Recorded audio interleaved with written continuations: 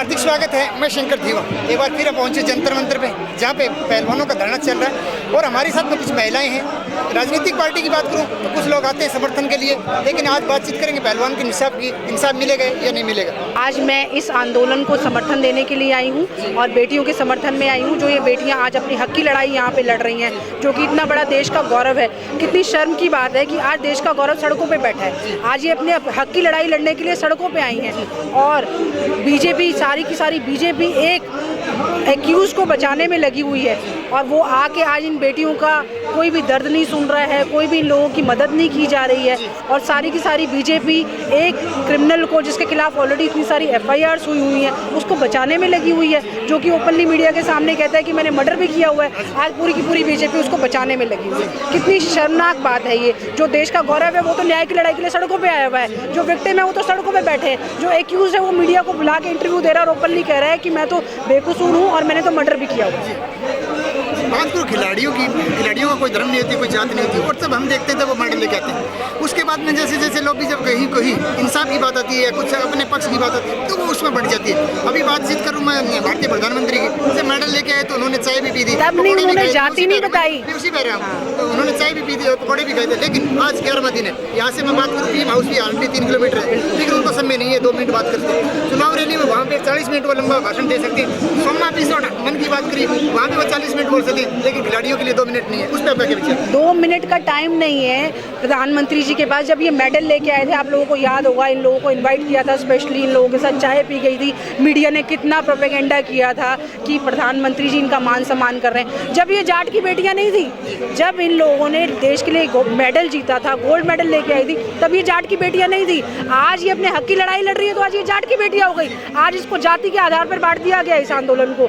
ये कोई जाति के आधार पर आंदोलन नहीं है, ये बेटियां अपने हक की लड़ाई लड़ रही है। आपको लग रहा है जो प्रधानमंत्री ने नारा दिया था 2014 में, बेटी बचाओ और बेटी पढ़ाओ, उसके बाद उनकी जुबान फिसली थी 2022 में, उन्होंने बोला बेटी पढ़ाओ बेटी पढ़ाओ, उनका नारा ये लगता है बिल्कुल उनका नारा ये था कि बेटी पढ़ाओ। पहले तो उन्होंने ये बोला कि बेटी बचाओ बेटी पढ़ाओ, फिर उन्होंने खुद ही बोला कि बेटी पढ़ाओ पढ़ाओ।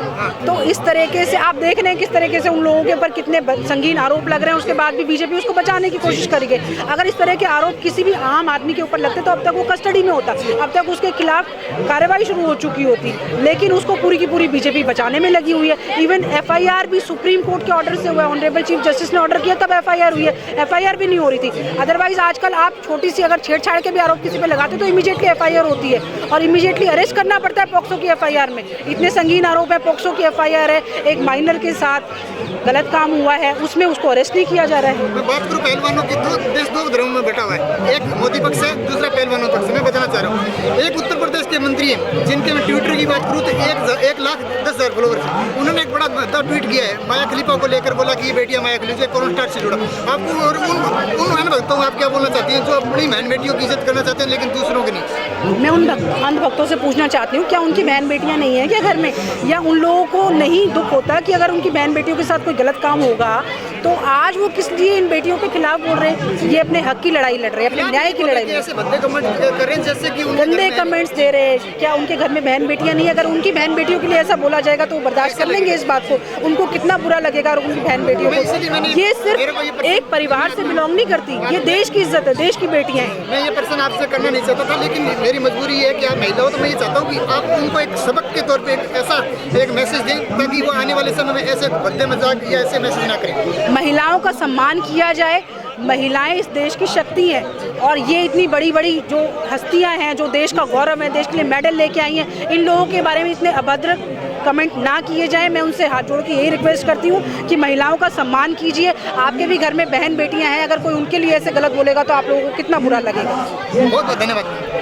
जैसा कि आपने एडवोकेट अलावत को सुना, उन्होंने साफ तौर पर कहा कि महिलाओं का सम्मान करना चाहिए और जो खासकर जो गलत कमेंट करते हैं या लोगों बच्चों को जो पॉर्न स्टार के साथ जोड़ते हैं, उनके लिए एक सबक है कि वो एक बार अपनी माँ बहन की तरफ जरूर देखें। आज बस इतना ही, कल फिर मिलेंगे एक नई मुहिम के साथ। तब तक के लिए जय हिंद जय भारत। आप हमारे चैनल को लाइक शेयर और सब्सक्राइब जरूर करें। वंदे मातरम। नमस्कार।